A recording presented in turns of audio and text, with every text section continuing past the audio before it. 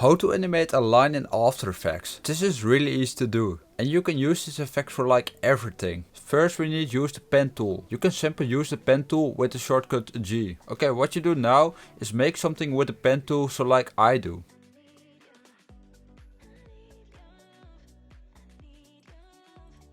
By the way, if you want to make a line, you have to set the fill option to line, just like what I do.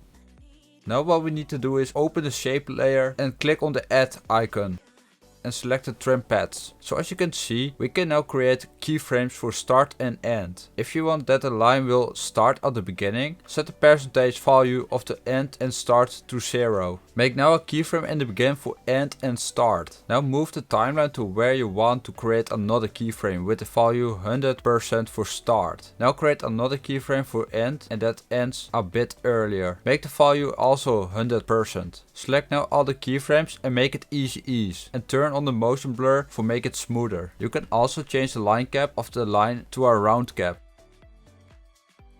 Now go to the effects and presets and search for the glow plugin and add the plugin to the shape layer. Make now the glow radius value to 40 and make the glow intensity to 0,5. Select the keyframes and go to the graph editor and follow now what I do with the graph.